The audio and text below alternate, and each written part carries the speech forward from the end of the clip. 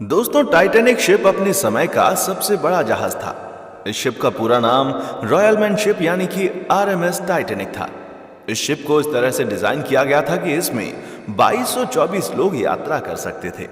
इस शिप को बनाने का जिम्मा व्हाइट स्टार लाइन कंपनी को दिया गया था, जो कि एक ब्रिटिश शिपिंग कंपनी थी, और इसे लगभग 3000 वर्कर्स की टीम ने मिलकर तैयार किया था। और इसे बनाने में 9 मजदूरों की जान भी चली गई थी। 40 वर्कर गंभीर रूप से घायल हुए थे। उस वक्त इस शिप को बनाने में लगभग 48 करोड़ रुपए का खर्चा आया था, जो कि उस समय के हिसाब से काफी ज्यादा था। दोस्तों, ये जहाज 10 मंजिला जहाज था। ये शिप अपने आप में अटलांटिक में बसा एक छोटे से शहर की तरह लगता था।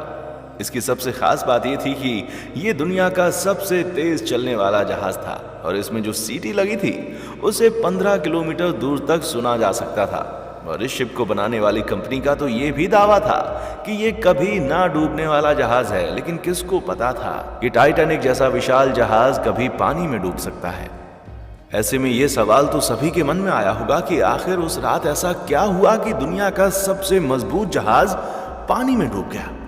आइए जानते हैं। दोस्तों, टाइटैनिक के बनने में 3 साल का समय लगा था, और टाइटैनिक को बनाने में उस समय सबसे महंगी एडवांस टेक्नोलॉजी का इस्तेमाल किया गया था। 1 अप्रैल 1912 को टाइटैनिक शिप समुद्र में एक्सपेरिमेंट के लिए छोड़ दिया गया, जिसके बाद टाइटैनिक ने अपने एक्सपेरिमेंट में बेलफास्ट से आयरिश रिवर तक समुद्र में 150 किलोमीटर की स्पीड से सफर तय किया। और उस वक्त शिप में कंपनी के कई बड़े बड़े अधिकारी मौजूद थे। जिसके बाद उसी दिन शाम को 7 बजे टाइटैनिक बेलफास्ट वापस लौट आया और एक्सपेरिमेंट को सक्सेसफुल माना गया। मैं आपको यह भी बता दूं कि एक्सपेरिमेंट सक्सेसफुल हो जाने के बाद 2 अप्रैल 1912 को टाइटैनिक को यात्रा के लिए ऑफिशियली लॉन्च कर दिया गया, और इसी के साथ टाइटैनिक ने इतिहास के पन्नों में अपना नाम दर्ज कर लिया। टाइटैनिक तो अपनी पहली यात्रा से पहले ही ज्यादा पॉपुलर हो चुका था, क्योंकि उस समय टाइटैनिक का मुकाबला कोई और जहाज कर ही नहीं सकता था। टाइटैनिक में ए क्लास, बी क्लास और सी क्लास के रूम मौजूद थे। यात्रा करने के लिए फर्स्ट क्लास का टिकट 2,70,000 का था, सेकंड क्लास का टिकट 1 लाख का, और थर्ड क्लास का टिकट 20,000 का था।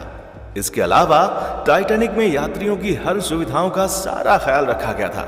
जी हाँ, इसके अंदर एक सुंदर swimming pool, yoga room, expensive cafe with veg and non veg खाना, एंटरटेनमेंट के लिए गेम्स भी मौजूद थे। इसमें नहाने के लिए तो एक एक्सपेंसिव टर्किश बाथरूम भी मौजूद था, जो कि काफी ज्यादा लग्जूरियस था। इसमें सबसे ज्यादा एडवांस इलेक्ट्रिसिटी सिस्टम भी लगाया गया था। और इतना ही नहीं दोस्तों, फर्स्ट क्लास और सेकंड क्लास के लिए 2 अलग अलग लाइब्रेरी भी मौजूद थी। इसके अलावा टाइटैनिक में फर्स्ट क्लास और सेकंड क्लास के यात्रियों के लिए 4 लिफ्ट भी लगी हुई थी। दोस्तों, टाइटैनिक अपनी पहली यात्रा के लिए पूरी तरीके से तैयार था। इसकी पहली यात्रा इंग्लैंड के साउथहैम्पटन से लेकर अमेरिका की न्यूयॉर्क सिटी तक तय की जानी थी, और इसके कैप्टन एडवर्ड जॉन स्मिथ थे। वो दिन था 10 अप्रैल 1912 का, और समय था रात के 12 बजे का, जब टाइटैनिक अपने 2200 यात्रियों को लेकर रवाना हुआ। इस जहाज में कई अमीर लोग मौजूद थे, और उस समय का सबसे अमीर व्यक्ति जैकब एस्टर भी इस शिप में मौजूद था। दोस्तों, इस शिप में कई लोग तो ऐसे थे जो सिर्फ अपने शौक के लिए इस ट्रिप को कर रहे थे, पर शायद उनको ये नहीं मालूम था कि जिस जहाज में वो सवार हुए हैं वो कभी अपनी मंजिल तक पहुंच ही नहीं पाएगा। अब टाइटैनिक साउथहैम्पटन से काफी आगे निकल चुका था। समुद्र में चारों तरफ तेज हवाएं चल रही थी, जिसके कारण मौसम में हल्की सी ठंडक भी थी। इसी समय टाइटैनिक के फर्स्ट ऑफिसर ने टाइटैनिक की स्पीड को बढ़ाने का आदेश दे दिया, ताकि टाइटैनिक टाइम से पहले अमेरिका पहुंचकर यात्रियों और मीडिया को हैरान कर दे। टाइटैनिक शाम की रोशनी में आगे बढ़ रहा था। इस जहाज को सफर में निकले हुए लगभग 3 दिन हो चुके थे, और टाइटैनिक में अभी तक एक दुर्घटना भी घट चुकी थी। जी हाँ, दरअसल टाइटैनिक के निचले हिस्से के भाग में पिछले 3 दिनों से आग लगी हुई थी, जो कि टाइटैनिक में मौजूद सभी यात्रियों के लिए खतरा बन सकती थी। मैं आपको बता दूं कि टाइटैनिक में ये आग तो जहाज के रवाना होते ही लग चुकी थी, और इस बात का पता सभी अधिकारियों को चल चुका था। मगर इसके बावजूद उन लोगों ने यात्रियों को इसकी भनक तक नहीं लगने दी, क्योंकि अगर किसी को मालूम पड़ जाता तो ये यात्रा रद्द करनी पड़ सकती थी। और वहीं टाइटैनिक के सारे टिकट्स पहले बिक चुके थे, तो ऐसे में कंपनी भारी नुकसान उठाती। इसी वजह के चलते टाइटैनिक के सभी बड़े अधिकारियों ने इस बड़े खतरे को नजरअंदाज कर दिया। अब बात करते हैं यात्रा के 5वें दिन की। टाइटैनिक अटलांटिक महासागर में तेजी से बढ़ रहा था, और दिन था रविवार का, 14 अप्रैल की रात का। समुद्र में काफी शांति थी और आसमान में चांद भी मौजूद नहीं था। चांद न होने के कारण आसमान में घना अंधेरा छाया हुआ था और शिप के कैप्टन को सामने का कुछ भी दिखाई नहीं दे रहा था।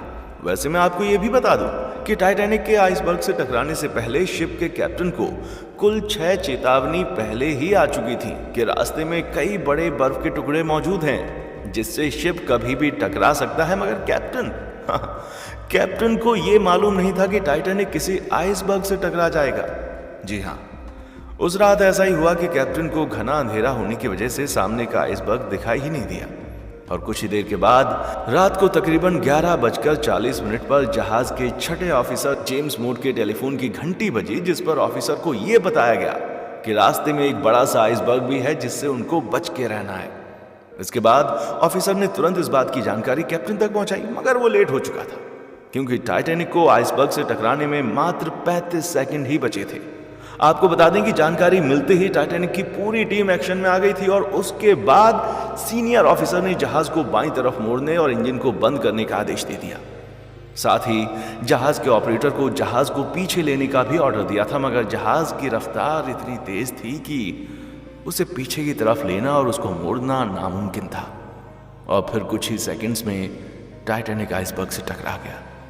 आपको बता दें कि टक्कर के दौरान शिप का वो हिस्सा आइसबर्ग से टकराया था जिसमें पहले से ही आग लग चुकी थी और आग लगने की वजह से सारा मेटल कमजोर हो चुका था, जिसका नतीजा ये निकला कि टाइटैनिक के निचले हिस्से में छेद होना शुरू हो गया और शिप के नीचे के कमरों में धीरे धीरे करके पानी भरना शुरू हो गया था। उस समय टाइटैनिक में मौजूद सभी यात्री लगभग सो रहे थे, मगर इस दुर्घटना के बाद ऑफिसर्स ने सभी सोए हुए यात्रियों को जगाया और उन्हें लाइफ बोट पर जाने के लिए कहा। दोस्तों, वैसे तो हर जहाज में यात्रियों की सुरक्षा के लिए 40 लाइफ बोट का होना जरूरी होता है, मगर हैरानी की बात यह थी कि टाइटैनिक में सिर्फ 20 ही लाइफ बोट मौजूद थे, क्योंकि टाइटैनिक को कभी ना डूबने वाला जहाज माना गया था। दोस्तों, ऐसी अनकंट्रोल सिचुएशन को देखते हुए टाइटैनिक कई सारे रॉकेट्स को आसमान में छोड़ रहा था ताकि इस मैसेज को देखकर कोई दूसरा जहाज हेल्प के लिए आ जाए, लेकिन कोई भी दूसरा जहाज हेल्प के लिए वहां तक नहीं पहुंच पाया और देखते ही देखते टाइटैनिक शिप अटलांटिक ओशन में डूब गया, जिसमें 1500 लोगों ने अपनी जान गंवा दी थी। तो दोस्तों, आपको हमारा ये वीडियो कैसा लगा हमें नीचे कमेंट बॉक्स में आकर जरूर बताएं। इसी तरह हमारे साथ वीडियो को लाइक और शेयर भी करते रहिए। इस YouTube चैनल को सब्सक्राइब करना बिल्कुल ना भूलें। और हाँ, देखने के लिए शुक्रिया।